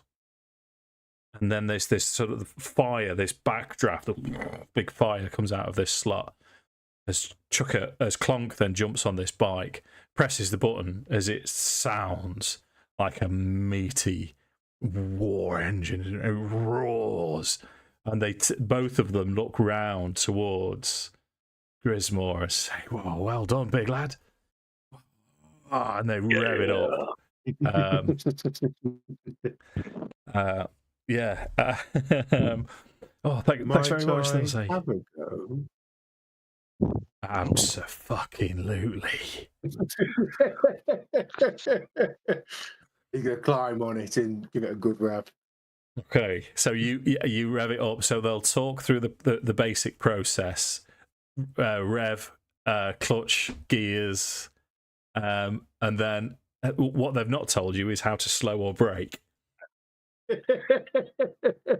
I'll ask them if they'd be willing to weld a couple of extra seats on the back, just so we can it'll take everyone. Might be possible. Roll persuasion then, Mark. Right. 22. 22. Yeah, I'm sure we could manage. Let's have a count. How many of you are there? 1, 2, 3, 4, 5, 6. So you're actually only 6 of you now at full strength, aren't you? Oh, so 4 and 2. So you wouldn't actually need 2, Mark. You've got 2 bikes, and then 4 of you in the other one. But yeah, they can. It's just that there's only me. I imagine there's only me got proficiency in driving them. I don't know how much difference that makes. Yeah, I don't have proficiency in it. It's not one I would have generally picked. It came with my background. Is it under? What's it under, Mark? It's under mercenary, I think. No, sorry. The skill is it? It says under tools. Detector. I've got my dragon chest and vehicles. With Tinker. Land. Tinker's got it. Vehicles land. Yeah. So you've got So you've got 1 bike with a pillion, and then so that's all 6 of you accounted for. But Chucker and Clonk will say, well, out in the wilderness, out in the wastes, there are gangs. There are other gangs. We patrol regularly.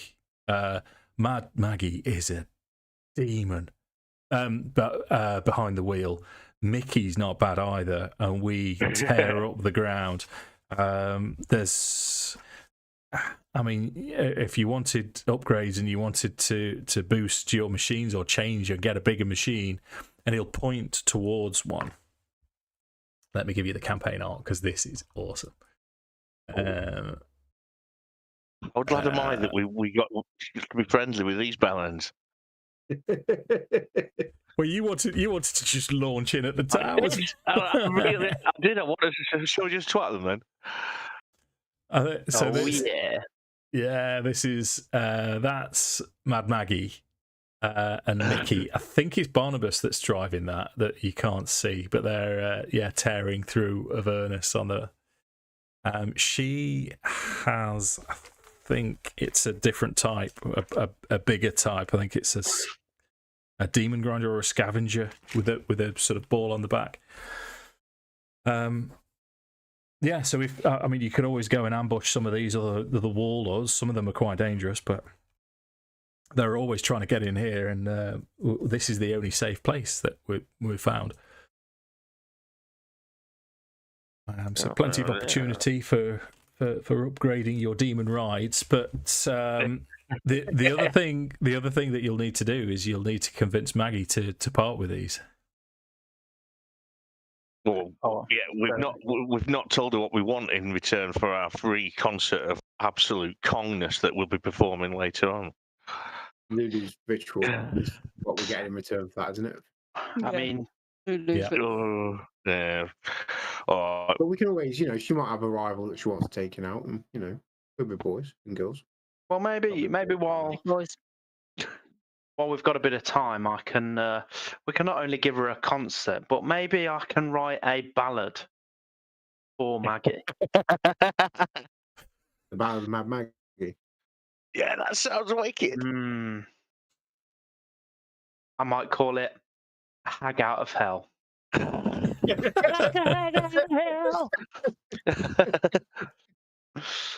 Nice. Roll a performance check, a one-off performance check as to how successful this ballad is going to be then, Jake. Oh, come on. Don't let me down. Does this count as pre-rest, or have we rested by now? Or you not? can have you can have your rest. You can have your proper roll for it. Freshness. Oh, fresh. It's an 18. Yes. 18. It's not your finest work by any stretch of the imagination, but it's catchy. And it's well, what do you want it to be? What kind of ballad do you want it to be? It's literally a rip-off of Meatloaf's "Bat Out of Hell." But all I've done is swap the word out for "a hag out of hell," and I'm gonna dedicate it to Maggie from Nuzzy. Oh, you get.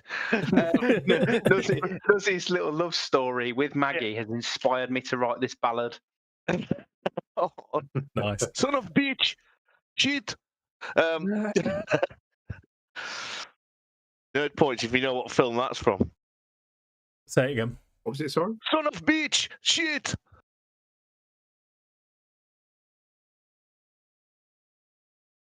Not sure. It's not coming to me till that, Mark.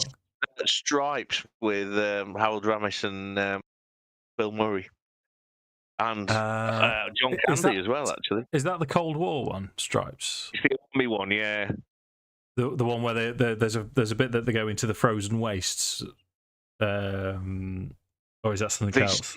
They steal what they think is a sort of recreational vehicle, and it turns out to be a top secret new weapon that's bulletproof and got rocket launchers and machine guns built into it. It's quite silly.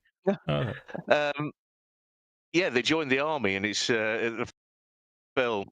Harold Ramis's character is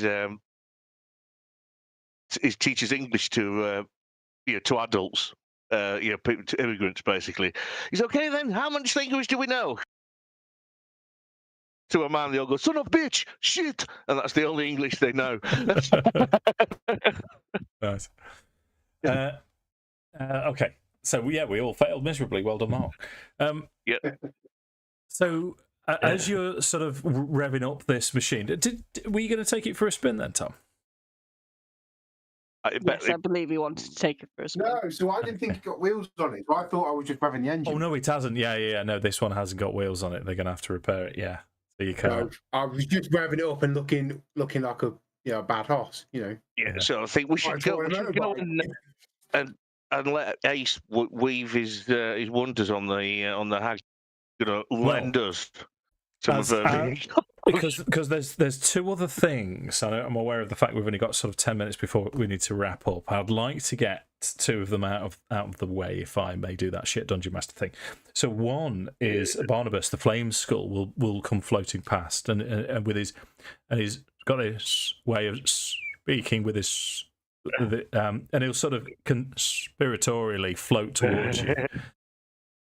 And he'll sort of say, "I hear you're doing deeds around the place to help us all out. I have something that I think might benefit me and the two imps, Pins and Needles, as well, if I can ask for your indulgence."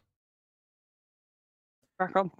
And he'll sort of float behind you and he'll say, just do me a favour, just act like nothing's happening, act natural.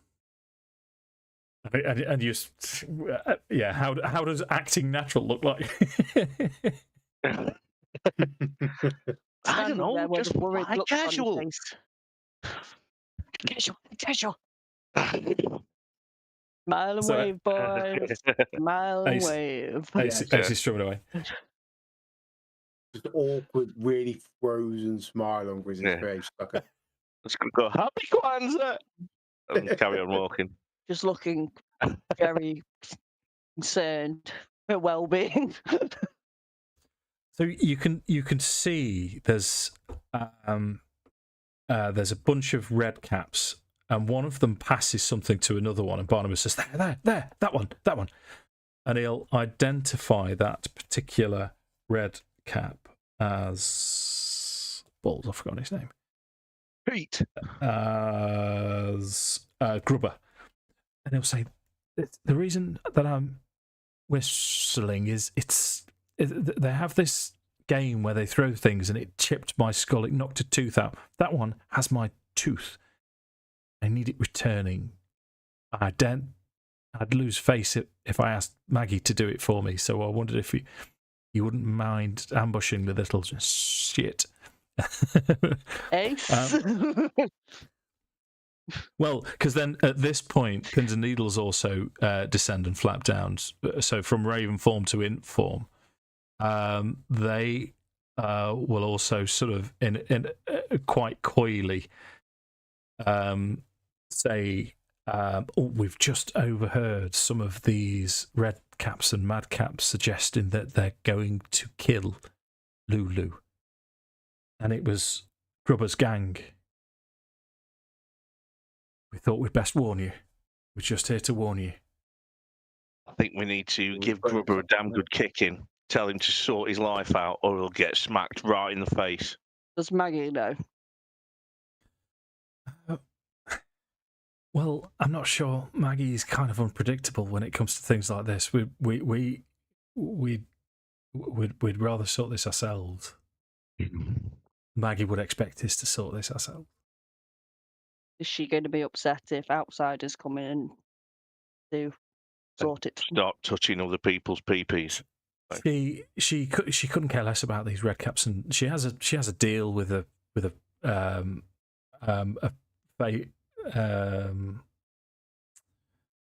that's the other thing I've forgotten.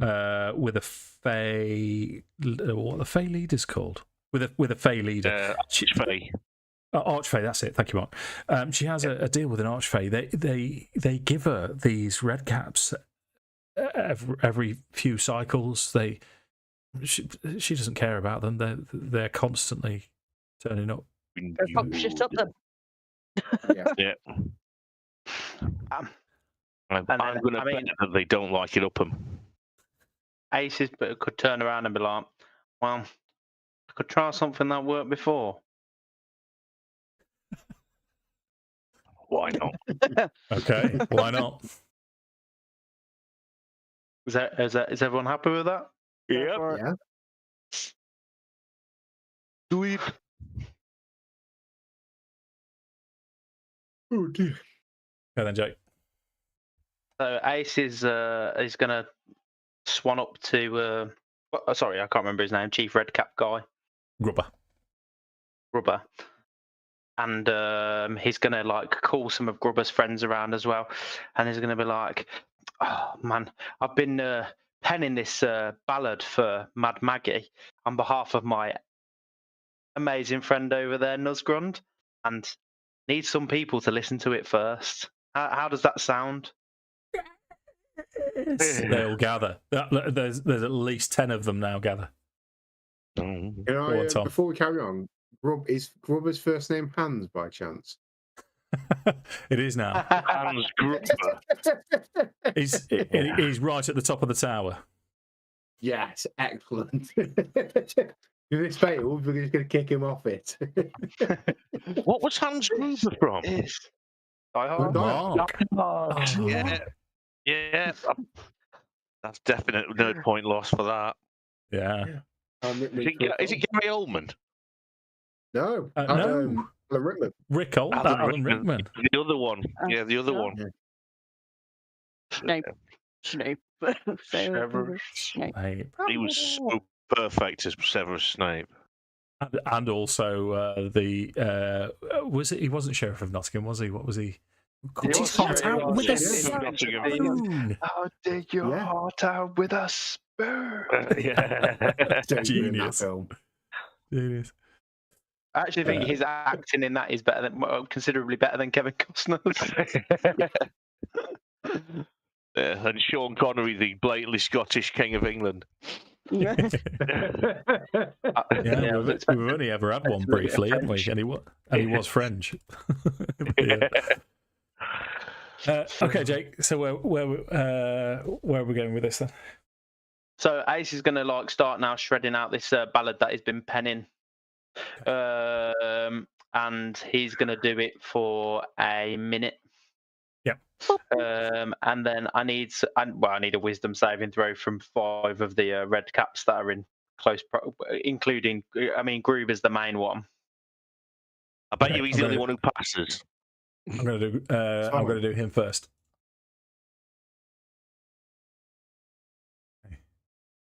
What's your DC? 16.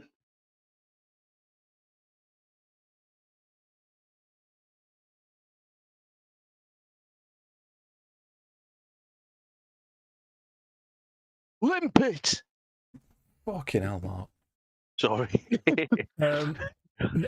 Grubber's along with it. He's a couple of them are sort of scratching their heads as if to say.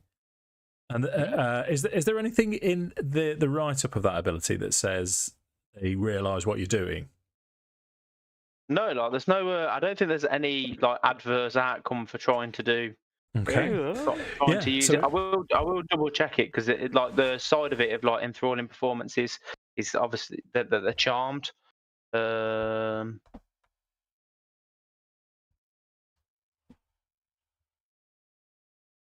We just double check it.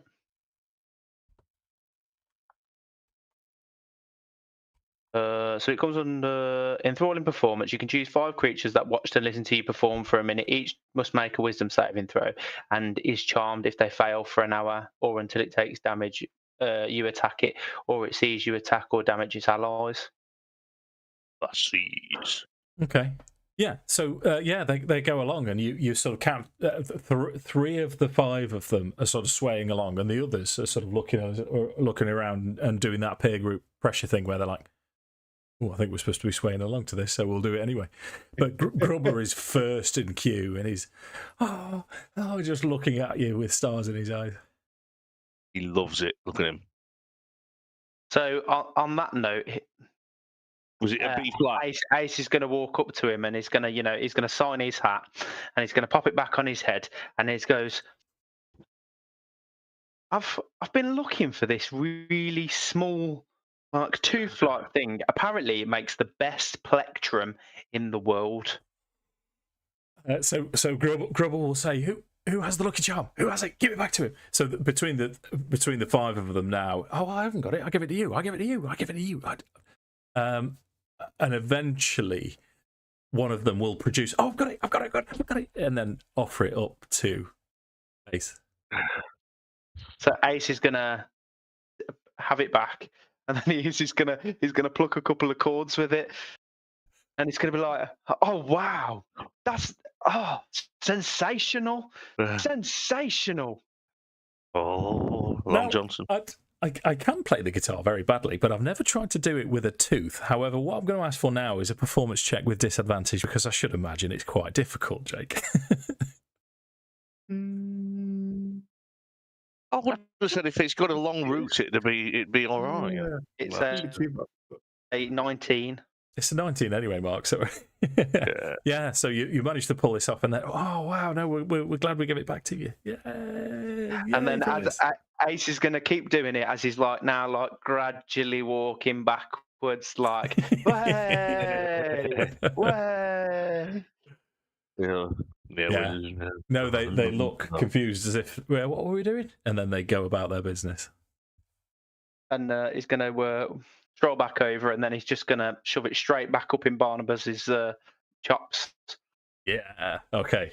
that's Barnabas sorted. So we're at the end of the session, and I'm dying for a wee. I'm doing the wee dance as I'm sat here. So we'll leave what the potential assassination of Pins and Needles until next time, if that's all right with you, then, Jake, because you've got to be up, haven't you, mate? Yeah. What is it? Okay. I mean, if it works for everybody else and they want to thwart Pins and Needles' assassination attempt, I'll be down for it. Let me go for a wee. Discuss amongst yourselves. I'm going for a smoke. Discuss amongst yourselves. Yeah. I'm happy. If you've got work in the morning, then don't make yourself tired for work tomorrow. Do you know what I mean? That's all right. Yeah, I'll turn myself into a gigantic slice of vegetable salad. Yeah. I'm dead. Touches the Mekon's bottom. Oh dear. Oh, man. If I was a Ribena berry, I'd probably go. My other temptation was to throw rather than Black Betty, just stick Mad Maggie in there. Oh, my baby. You know, when she's like driving it around the desert. Yeah. Oh, Mad Maggie, Birmingham. That is written by the same guy that wrote "Where Do You Sleep Last Night" that Nirvana did on their Unplugged album. Oh, wow. Yeah, he was a blues man called Leadbelly. But Black Betty's a better song as well. Black Betty's not about a woman; it's about black tar heroin, apparently. I thought it was about a gun. Called Black Betty. Yeah. Apparently, it's a type of heroin that was rife in Louisiana and blues territories, and they called it Black Betty's, and it really gets him high, and that's no lie. I'm a lamb. What was the decision? I don't know. Did we make one? I think we did. I think we were going to go for it. How long is it likely to take? That would be a perfect. It depends what you want to try and do. What they're suggesting is that there's a group of them who want to assassinate Lulu. So Jake can do his thing again and try and talk them out of it. To be fair, my enthralling performance can only be done once per day, so that's me done with my enthralling performance. So I'm sorry, guys. I've let us down. Yeah. It'd be murder. Yeah. So what we'll do though is this particular madcap that's been identified as the main assassin never seems to be by themselves. It always seems to have, depending on how many people log in next time, at least three, up to between 3 or 4 or 5 other rednaps or madcaps with little them. buddies.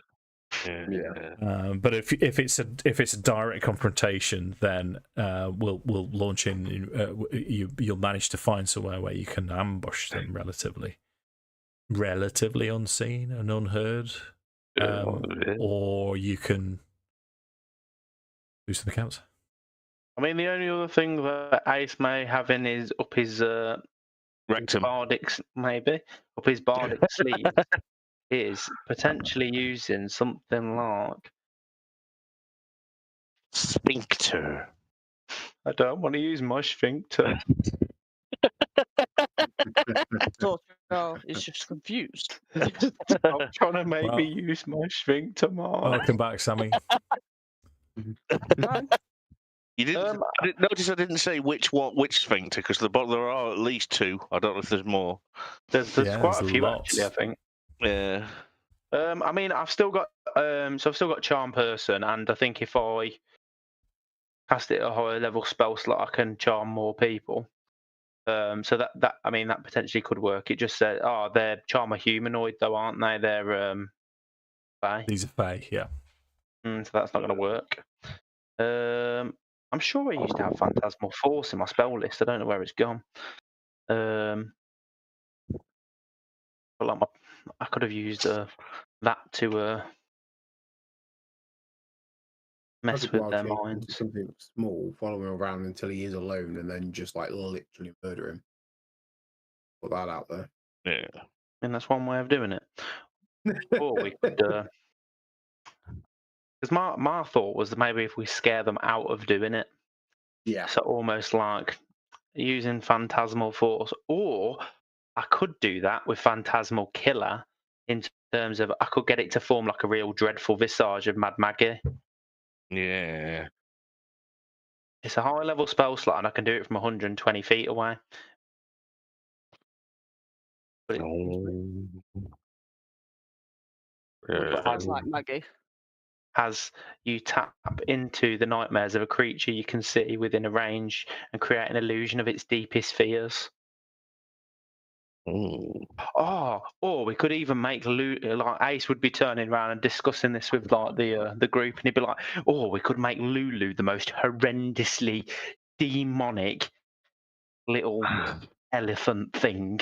Yeah. that breathes fire and embowels things with its tusks. Notice you have to embowel them before you can disembowel them. Yes. It makes perfect sense. So yeah, that would be Ace's suggestions, but he's quite happy to do with whatever anybody else wants to do. To be honest, I am actually getting pretty flaggy now. Sleep kicking in. So I mean, I think it's probably. Let's call it there then. Yeah. I'll try and arrange the next session for as soon as possible, and then we'll continue the discussion of what you're going to do about the the hamsters, the rabid hamsters, and if it involves rectums, Mark, which wouldn't surprise me at all if that wasn't your suggestion. Just don't. Okay. Right, I'm going to turn this off. I'll please like and subscribe. It's been